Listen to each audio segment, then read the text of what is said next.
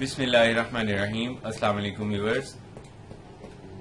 چھوٹے پیشاب میں جو منی کے قطرے آتے ہیں اس کے لیے آج کل کافی مریض میرے پاس مشورے کے لیے آتے ہیں اور ادویات کا بارے میں جو بھی اس کی بنتی ہے میں ان کو استعمال کراتا ہوں اور وہ 2 سے 3 دنوں میں اس کے استعمال کرنے سے ٹھیک ہو جاتے ہیں۔ اور اس کی جو گردے میں تھوڑی سی گرمی کی وجہ سے یا آپ کی غذاؤں میں زیادہ گرم اشیاء کا استعمال کرنے سے یا اس کی اور بھی بہت بڑی ریزنز میں سے ایک ریزن یہ ہے کہ قبض ہو جاتی ہے، اس وجہ سے چھوٹے پیشاب میں مسئلہ ہوتا ہے اور منی کے قطرے ضائع ہونے لگتے ہیں۔ جب منی کے قطرے ضائع ہوتے ہیں تو عام طور پہ اس کی وجہ سے آہستہ آہستہ ہڈیوں کی کمزوری ہو جاتی ہے اور ہڈیوں کی کمزوری کی وجہ سے بدن میں ہلکا ہلکا درد، ہلکا ہلکا بخار رہتا ہے اور بدن میں سستی پیدا ہو جاتی ہے۔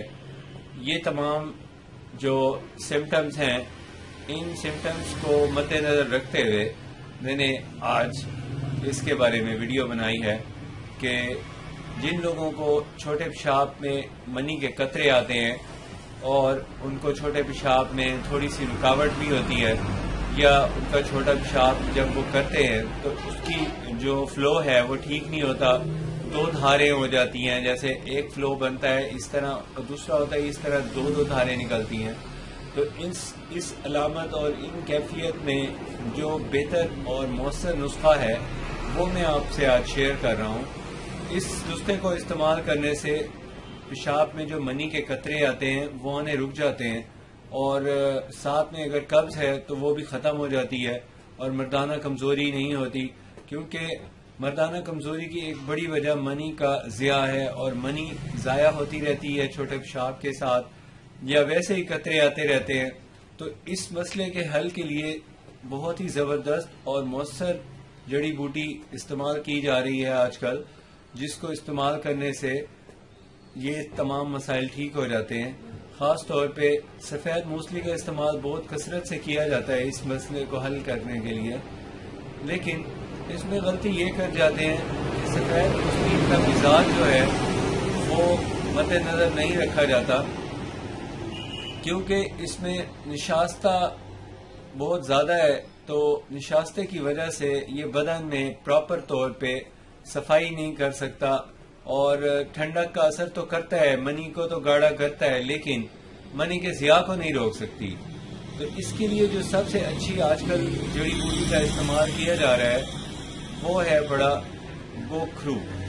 یہ جو گوکھرو ہے اس کو یوز کیسے کرنا ہے اس کے بارے میں آپ کو پراپر طور پہ گائیڈ کر دیتا ہوں۔ اس کو یوز کرنے کا یہ طریقہ ہے کہ جب ہم گوکھرو کو استعمال کرنے کے لیے منتخب کرتے ہیں تو یہ دیکھتے ہیں کہ وہ فریش ہو اور صاف ستھرا ہو، اس کے اوپر جالا نہیں ہونا چاہیے۔ اب یہ جو گوکھرو ہے اس کی شکل ایسی ہوتی ہے، بناوٹ ایسے چھوٹے چھوٹے ایسے دانے ہوتے ہیں اور ان کے اوپر 3 سے 4 سائڈوں پہ اس طرح 2 کر کے وہ لگے ہوئے ہوتے ہیں، کانٹے اس طرح یہ دیکھیں ایسے کانٹے لگے ہوئے ہوتے ہیں۔ تو بس یہی ہے گوکھرو، اس کی یہ شکل میں نے آپ کو بتا دی ہے، چھوٹے سے دانے ہوتے ہیں، چنے جتنے دانے ہوتے ہیں، یہ اس سے بھی چھوٹے ہوتے ہیں۔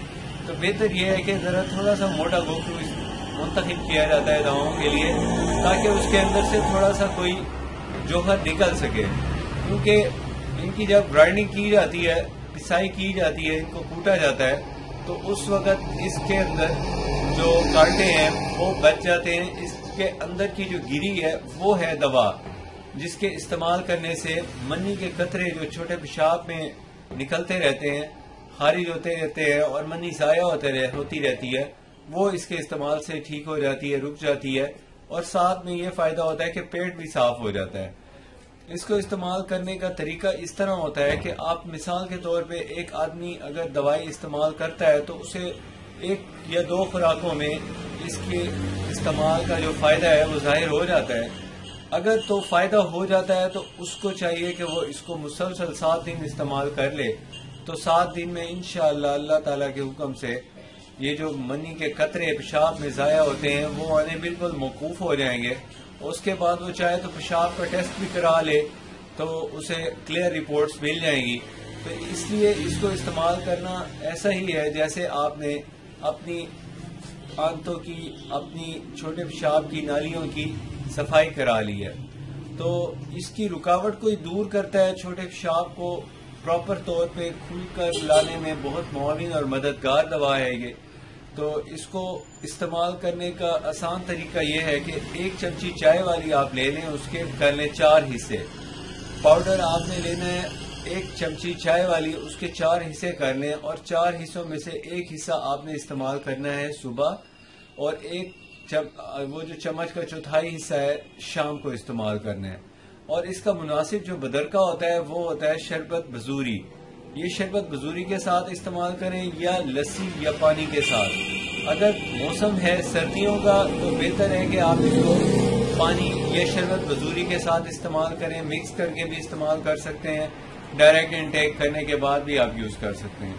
تو یہ اس کا استعمال کا طریقہ ہے، اور اس میں جو احتیاطیں ہیں وہ یہ ہیں کہ ایک تو آپ نے زیادہ گرم چیزوں کا استعمال نہیں کرنا. دوسری بات یہ ہے کہ آپ نے ذرا اپنے خیالات میں پاکیزگی لائیں.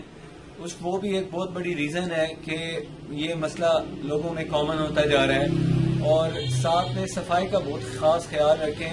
پانی صاف ستھرا ہونا چاہیے جو آپ پئیں، اور اپنے ہاتھوں کی صفائی کا بھی بہت خیال رکھیں، اور مسواک کا استعمال ضرور کریں.